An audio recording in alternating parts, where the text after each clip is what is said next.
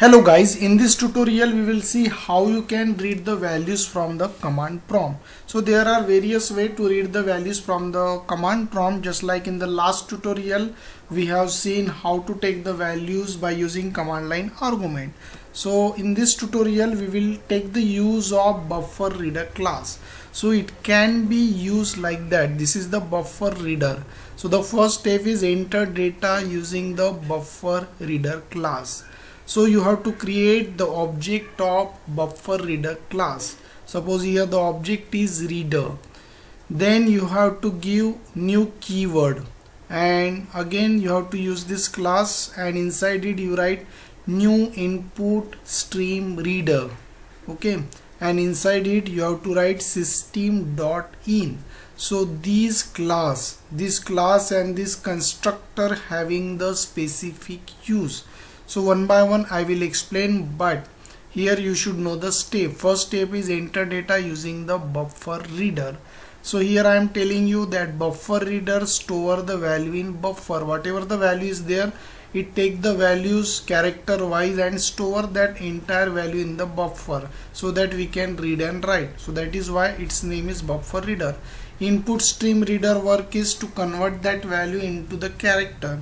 It take the values byte by byte and convert into the character.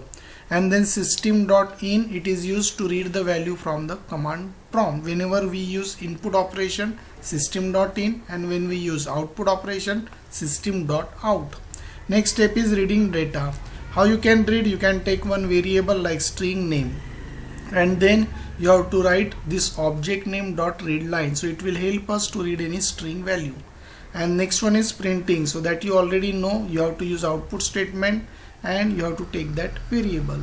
Next concept is program. So in this program, first you have to import the package, that is IO, because inside that package that all the classes are available whichever we require for input and output operation. That's why its name is IO package. Here we are writing dot star because it is adding all the class which we have needed for the programming. And then here there is a class name test, and this is the main method which is having IO exception.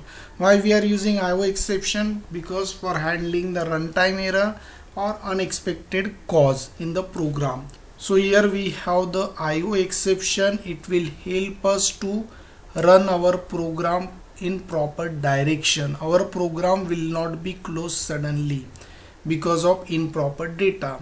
So because of IO exception, it handles the input and output exception and our program runs smoothly properly. And then we have to use BufferedReader object that you are already knowing. This statement is compulsory. It is used to read the value, and that is used, last statement is used to print the result. So that is what the sample program. So here reading in user input, some steps are important.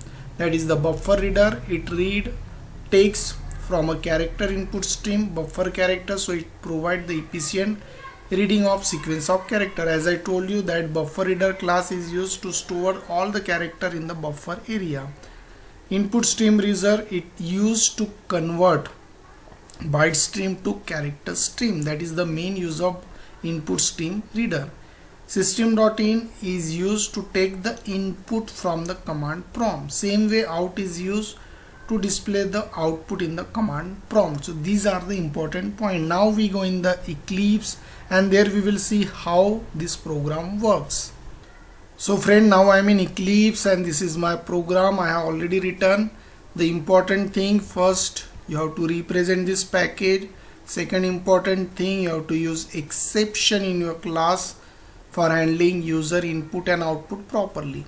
And then you have to enter data using BufferedReader. For that you have to use this statement, create the object of BufferedReader, and then you have to use the object. Then reading data, that you have to use this object, BufferedReader object dot readline method. So once you run this program, you can observe. So here our program runs successfully. Now here I am checking output. Suppose I enter here my name,